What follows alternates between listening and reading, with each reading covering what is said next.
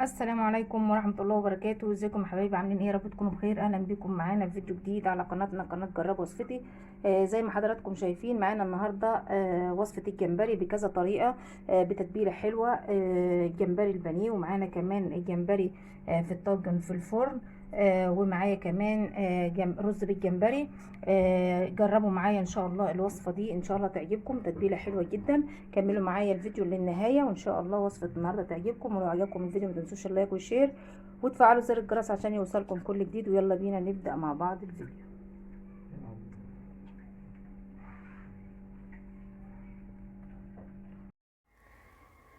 ازيكم يا حبايب قلبي؟ عاملين ايه؟ يا رب تكونوا بخير. النهارده هنعمل مع بعض وصفة الجمبري، فانا حبيت ان انا اوري برضو لبعض البنات ازاي ينضفوا الجمبري بطريقة سهلة وبسيطة، ما تاخدش معاكي وقت وما تبهدلش معاكي الجمبري. زي ما انتم شايفين كده، الجمبري طبعا بيكون فيه هو كيس الرملي اللي بيكون موجود هنا كده يا جماعة في السلسلة بتاعة الظهر دي. زي ما انتم شايفين كده اهو. ببدأ ان انا انضفه. ممكن تقدر ان انت تشقي بالسكينة كده من الظهر، تفتحيها فتحة صغيرة وتطلعيها. وممكن الاسهل عليك ان انت تعمليها بخل خلة الشيش طاووق. زي ما انت شايفة كده، بتجيبي زي انا عايزة اقرب لكم كده السلسلة اهي يا جماعة. بتبدأي ان انت بتشوفي هو موجود في اكتر مكان فين، وبتبدأي تنزلي كده، تفتحي بالراحة كده فتحة صغيرة بالعود. وبعد كده بتبدأي تنزلي في الظهر كده اهو. زي ما انتم شايفين هو ده كده السلسلة الرملية. بتبدأي ان انت تسحبيها واحدة واحدة كده من ظهر الجمبري. لو حاسة ان في حاجة لسه باقية، يعني حاسة ان السلسلة كلها ما اتقطعتش، بتاخدي برضو فتحة بسيطة كده بالعود اهو في ظهر الجمبريه. زي ما انتم شايفين كده نطفت اهي، ما بقاش فيها اي حاجه خالص. هي سلسله الرمل دي اللي اهم حاجه ان هي تتنضف معانا كويس في الجمبري، علشان خاطر تفضل معانا الجمبريه نظيفه، وكمان ما يبقاش فيها اي رمل او اي حاجه تانية مش مظبوطه اهو. هنجيب كمان واحده اهو يا جماعه، يكون سلسله الرملي السلسله الرمليه زي ما انتم شايفين باينه فيها الخط الاسود ده اهو. بتبدأي ان انت تفتحي فتحة بسيطة كده اهو بالعود، وبعد كده بتبدأي تسحبي واحدة واحدة معاكي كده اهو. اهو واحدة واحدة تفتحي معاكي السلسلة الرملية دي يا جماعة اهي. ده اسمه الحبل الرملي، هو ده اللي بيكون فيه مشكلة بالنسبة للجمبري، لانه بيكون فيه رمل، ولو انت سبتيه معاكي بيبوظ معاكي طعم الجمبري، بيخلي فيه طبعا رمل. زي ما انتوا شايفين كده هكمل بقية التنظيف زي ما انتوا شايفين. وهوريكم برضو طريقة تانية تقدري ان انت تعمليها. لو انت حابة تفتحي كده بالسكينة اهو، تفتحي كده من الظهر اهو اهو. زي ما انتوا شايفين كده هي باينة معاكي اهي. الاسهل عليكي اعملي بيه اهو كده اتشال معانا. هنكمل بقى تنظيف الجمبري، وهنشوف هنعمل وصفة الجمبري النهاردة ازاي. يلا خليكم معايا.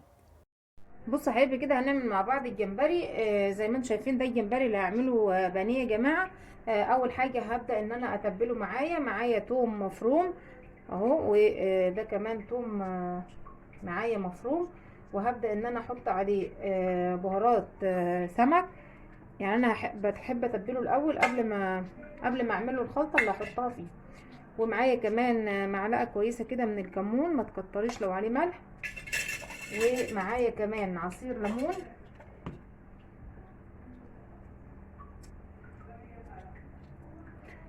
اهو.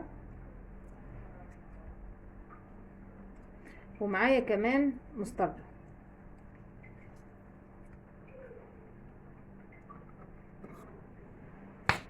كده يا جماعه. انا بتبل معايا الجمبري البانيه قبل ما اعمل له الخلطه اللي هحطها عليه.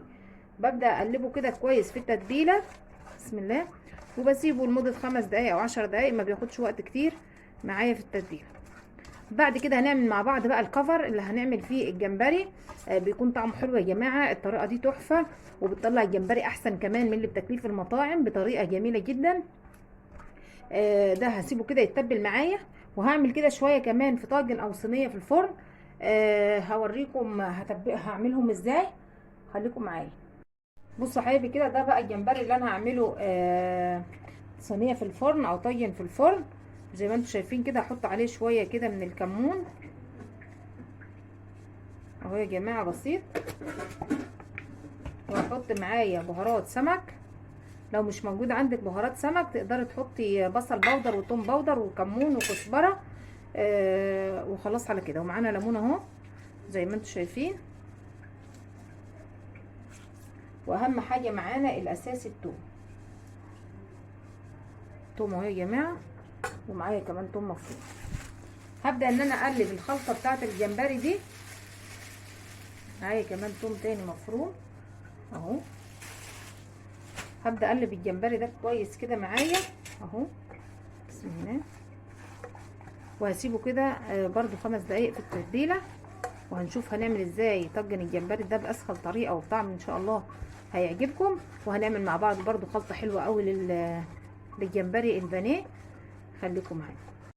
بصوا كده يا حبايبي، هنبدا بقى مع بعض نجهز كده الكفر اللي هنغطي بيه الجمبري البانيه. زي ما انتم شايفين معايا شويه كده من الدقيق على حسب الكميه اللي معاكي من الجمبري. ومعايا كده نص معلقه صغيره من البيكنج باودر، ومعايا معلقه من بهارات السمك،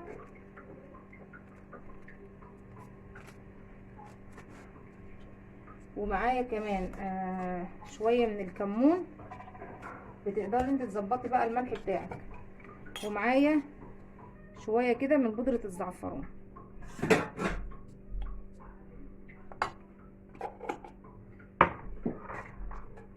هنقلب بقى المكونات الجافه دي معانا بسم الله. خلطه البانيه يا جماعه بتاعه الجمبري دي بتقدري تعملي بقى بكذا طريقه. دي طريقه منهم واسهل طريقه بالنسبه لي وخفيفه. زي ما انتم شايفين كده بتطلع نتيجه هايله باذن الله. هنبدا مع بعض كده نزود ميه بقى مع بعض كده بالراحه، ونقلب معانا الخليط واحده واحده علشان ما يبقاش الخليط معانا فيه تكتلات كده، يكون الخليط ناعم وكويس. زي ما انتم شايفين لون بودرة الزعفران بيدي لون حلو قوي في الخلطة دي. وكمان المكونات اللي معانا بتدي طعم حلو قوي لخلطة الجمبري. جربيها ان شاء الله بالطريقة دي هتعجبك، وهتطلع كمان احسن من بتاعت المحلات بكتير.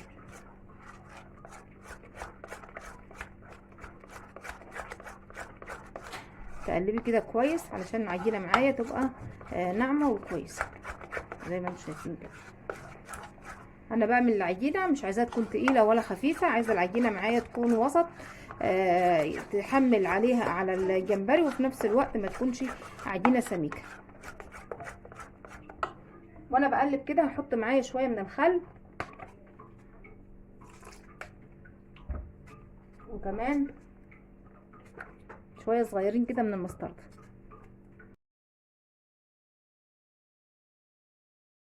بصوا يا حبايبي كده هنبدأ نقلب معانا المستردة. ونسيت اقول لكم يا جماعة ان الجمبري اللي هعمله بانيه بنشيل قشره. انا قشرته بسيب الراس والديل، لكن انا مقشرة القشر بتاعه.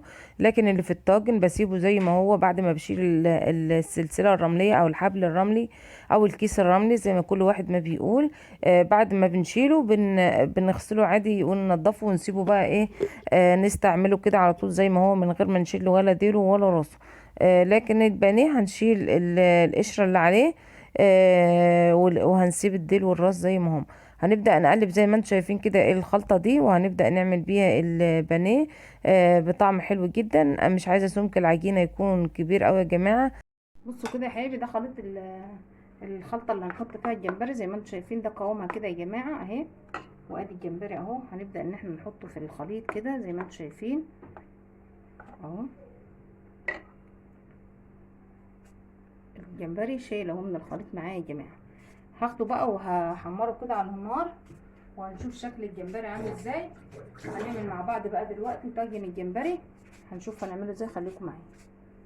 بصوا يا حبايبي كده هنبدا نعمل مع بعض بقى طاجن الجمبري زي ما انتم شايفين، او صينيه الجمبري في الفرن. هاخد معايا معلقه كده من الزبده اهو.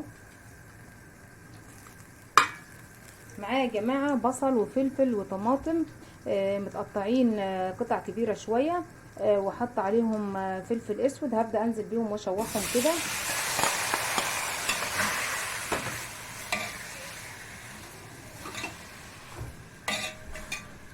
هشوحهم الاول كده شويه يا جماعه في الزبده، ومعايا كمان شويه كده من الفلفل الالوان وجزر وكمان وبصل اخضر. هبدا انزل بيهم كده معايا على الخليط ده اشوحهم. دول كانوا معايا في الفريزر يا جماعه، ببدا افككهم كده. لو عندك طازه مفيش اي مشكله. اخد كده بقى يا جماعه الخلطه دي تقليبه حلوه كده. طبعا احنا عارفين ان الجمبري ما بياخدش وقت في التسويه كتير، فانا هشوح الاول الخضار ده معايا لحد ما احس ان هو كده دبل، وبعد كده هنبدا ننزل بالجمبري ونحطه معانا في صينيه في الفرن. بصوا يا حبايبي كده بعد ما شوحنا الخضار زي ما انتم شايفين كده، وحطينا عليه شويه كده من الكمون، ظبطت الملح بتاعك معاكي. هبدا انزل معايا كده بالجمبري، احطه بس تشويحه سريعه كده اهو. طبعا الجمبري انا متبلاه قبل كده. هبدا اخده تشويحه كده يا جماعه بسرعه.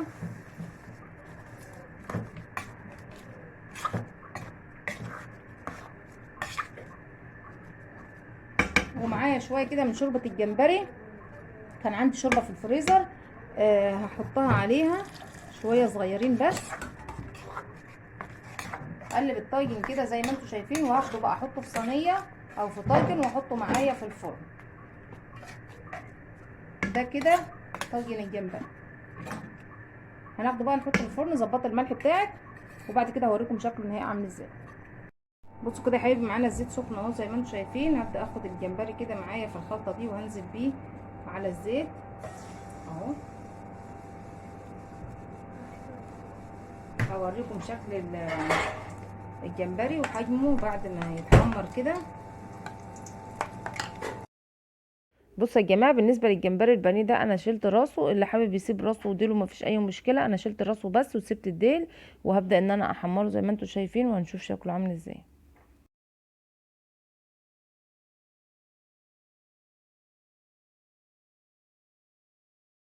كده يا حبايبي زي ما انتم شايفين ده معانا الجمبري البانيه زي ما انتم شايفين شكله كده وطعمه تحفه يا جماعه. جربوا التتبيله دي والطريقه دي ان شاء الله تعجبكم. وده كمان طاجن الجمبري اللي عملناه في الفرن زي ما انتم شايفين شكله في منتهى الجمال والروعه. ومعانا كمان رز الاصفر اهو، وحاطين عليه كمان جمبري بتتبيله حلوه خالص. جربوا الطريقه دي ان شاء الله تعجبكم. بتمنى وصفه النهارده تعجبكم، ولو عجبكم الفيديو ما تنسونوش باللايك والشير والسبسكرايب، وتفعلوا زر الجرس عشان يوصلكم كل جديد من فيديوهاتي. وبشكركم والسلام عليكم ورحمه الله وبركاته.